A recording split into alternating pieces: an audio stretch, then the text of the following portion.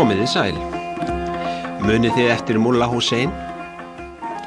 Hann var sá sem Babin sagði fyrst frá því leyndamáli að hann væri hinn fyrirheitni. Upp frá því hafði Mulla Hussein verið mjög duglegur að segja fólkinu frá Babnum. Einn góðan veðurdag kom sendimaður til Mulla Hussein og lét hann hafa túrban sem Babin átti. Hann sagði honum að hann ætti að fara til Kúdúsar og hjálpa honum. Babin sendi þennan sendimann til Mulla Husseins. Eins og þið munið var Kúdús sá sem fór með Babnum yfir eyðimörkina til borgarinnar Mekku. Þegar Mulla Hussein hafði fengið skilaboðin frá Babnum, steig hann strax á bak hesti sínum og lagði af stað til fundar við Kúdús, ásamt 202 félögum sínum.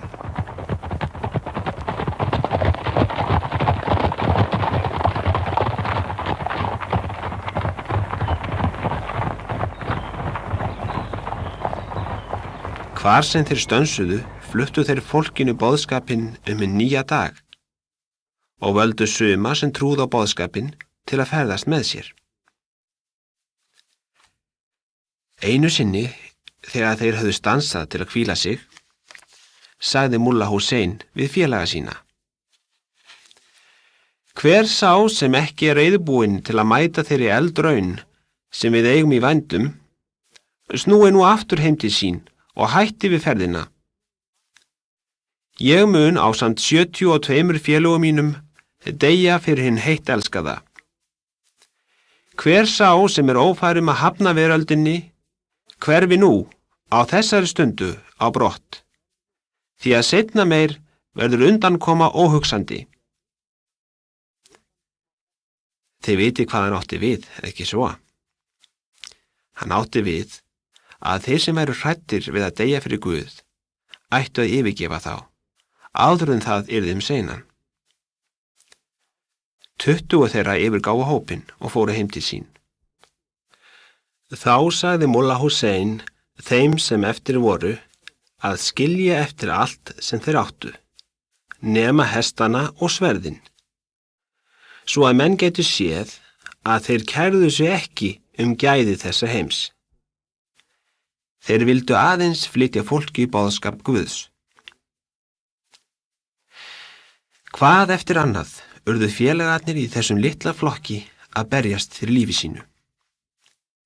Foringi þeirra, Mulla Hussein, lét þá samt aldrei berjast af fyrrabragði. Þeir börðust aðeins þegar þeir voru neyddir til þess.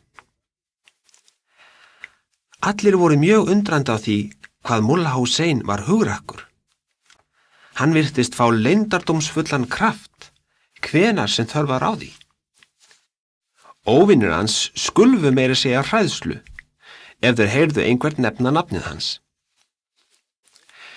Nóttina áður en þeir komu til Sheikh Tabasi, helgidómsins, dreymdi vörðin sem gætti hans að Mulla Hussein væri komið þangað ásamt hópi manna. Hann dreymdi að þeir dveldu þar og innu hverju orustuna eftir aðra gegn óvinum sínum. Og eina nóttina kæmi spámaður Guðs til liðs við þá. Spámennirnir eru hinir guðlugu kennarar sem við höfum verið að tala um.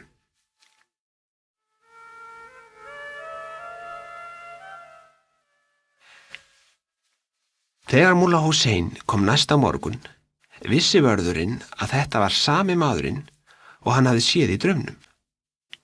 Hann sagði Mulla Hussein frá draumi sínum. Allt sem þú hefur orðið vitni að, sagði Mulla Hussein við vörðinn, mun koma fram.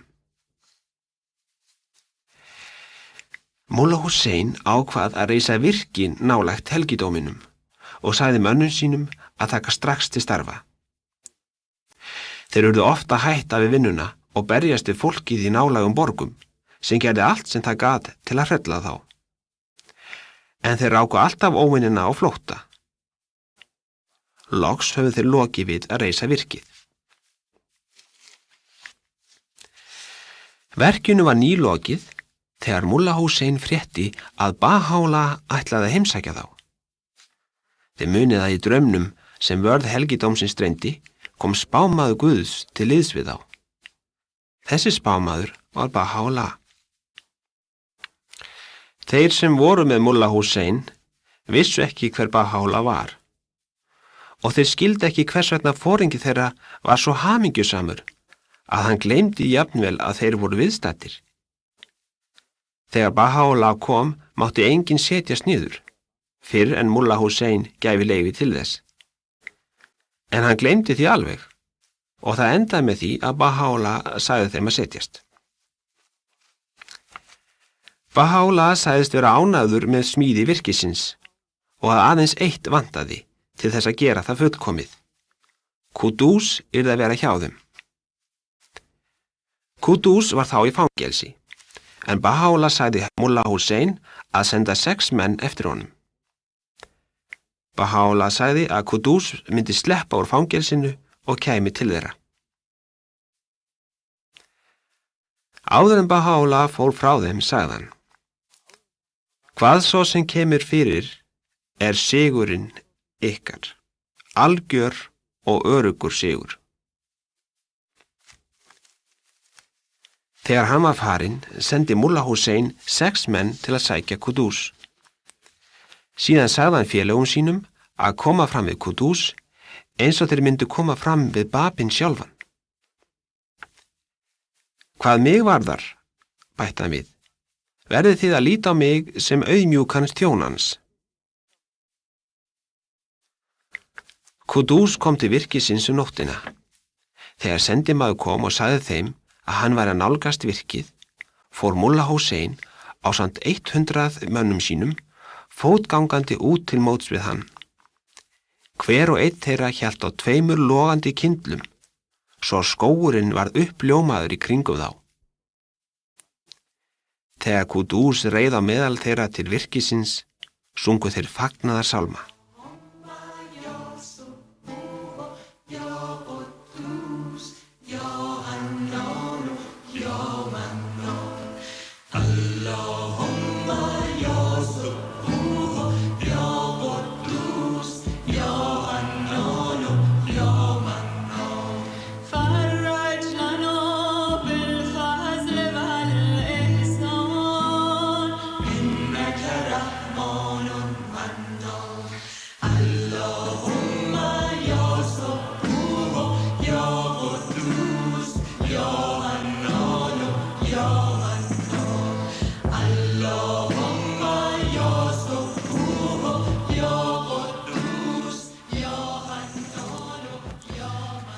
Á hverjum degi upp frá þessu, sama hversu ákafar árásir óvinanna voru, hélt Qudús bænastund með félögum sínum. Ekkert gat hindrað hann í að tala á þennan hátt við Guð sem hann elskaði og treysti.